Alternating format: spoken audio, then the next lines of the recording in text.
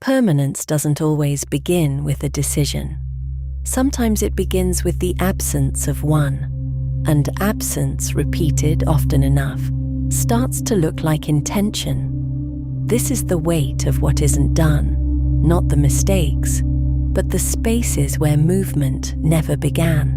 Regret isn't caused by mistakes alone. It's shaped by unfinished decisions. Actions create outcomes. Inaction creates imagination. And imagination keeps rewriting what might have happened long after the moment has passed. The mind doesn't mourn what went wrong. It mourns what was never tested, because a failed attempt has an ending, but an unmade decision stays open, revisited, rewritten, never resolved. The mind doesn't revisit what went wrong. It revisits what was never decided. And indecision, left long enough, becomes its own kind of answer. The mind that lives in what might have been eventually learns to protect itself, not by deciding, but by preparing to decide. Avoidance doesn't look like refusal. It looks like preparation. One more plan, one more adjustment. Eventually, preparation replaces movement, not because the path is unclear, but because delay feels safer than commitment. The mind frames it as patience, as due diligence, as not being ready yet.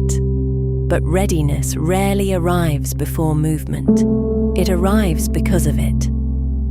And so, the preparation continues, detailed, thorough, and perfectly still. And while preparation continues, quietly, without announcement, the cost begins to accumulate. Inaction has a price. It just doesn't arrive with an invoice. It arrives later, in the form of what no longer exists. Opportunities don't wait to be declined. They simply stop appearing, and the version of things that could have been doesn't announce its departure.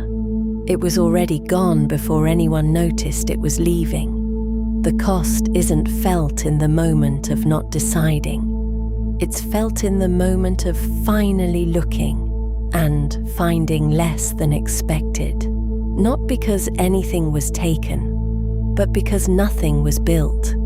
And time doesn't refund what wasn't used. It simply moves on, as it always intended to. What isn't built by choice gets built by default, and default over time becomes indistinguishable from design. It wasn't transferred all at once. First, the small decisions, then the timing, then the judgment. Eventually, the system didn't wait for direction, not because authority was removed, but because it was never exercised.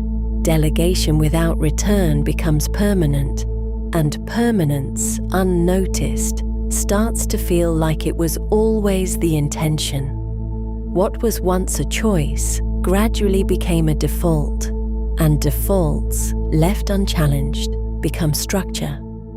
The system didn't take control. It simply filled the space that was left empty, and empty space, held long enough, stops feeling like a vacancy.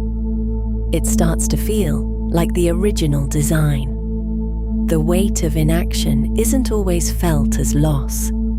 Sometimes it's felt as familiarity, as comfort, as the quiet sense that this is simply how things are. And how things are can start to feel like how things were always meant to be.